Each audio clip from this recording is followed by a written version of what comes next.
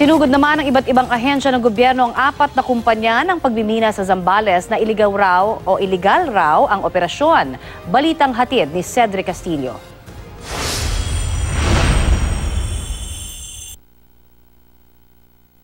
Naharang ang halos 3,000 toneladang lupa na may mina ng nikel na sakay ng 2 barge sa loob ng isang pribadong pantalan sa Candelaria, Zambales.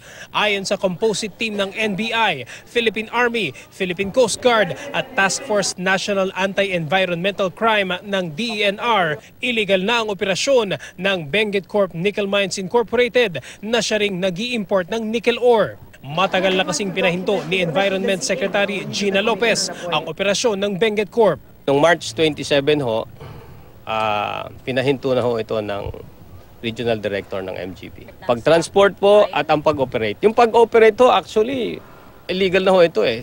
Since February 3.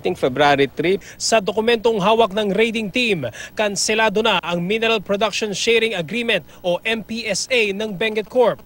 Kaya ipinatitigil na ng DENR ang hauling operations nito. Humarap sa NBI ang isang opisyal ng Benguet Corp. Giit nila, walang illegal sa kanilang operasyon. Siyempre, nabigla kami kasi kumpleto lahat kami. Meron pa kaming with consent with the governor. Saka ang Benguet is already 13 years old.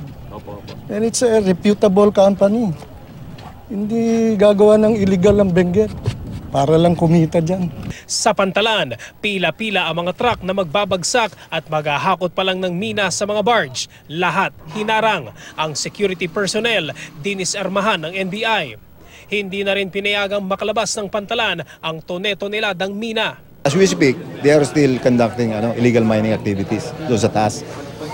So, yung volume, magdidepende ngayon sa kung gaano kalaki yung kanilang mina na naman ngayon. 3 pang mining company sa Zambales na kanselado di umano ang mga MPSA ang sabay-sabay na pinuntahan ng composite team at pinahinto ang operasyon.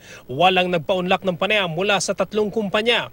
Pinagdadampot ang mga truck driver, pahinante at iba pang kasama sa hauling operation. Nahaharap daw sila sa reklamong paglabag sa Philippine Mining Act. Ano daw po ang violation nyo? Bakit kayo na gano'n? Kung namin alam, bigla na lang po kami pinababa sa truck tapos pinasasa na lang po kami bigla. Hindi naman po natatapos yun sa kanila. Sinasabi nila drivers lang kami. Ba't hindi nyo filean yung mga may-ari? Yun ang gagawin po natin. We will establish the identities of the owners. Sa bayan ng iba, nakatakdang sumailalim sa inquest proceeding ang mga naaresto sa raid sa iba't ibang mining companies. Ang Mines and Geosciences Bureau naman ng DENR ang mag-iimbentaryo sa mga nakumpiskang mina. Cedric Castillo, GMA News.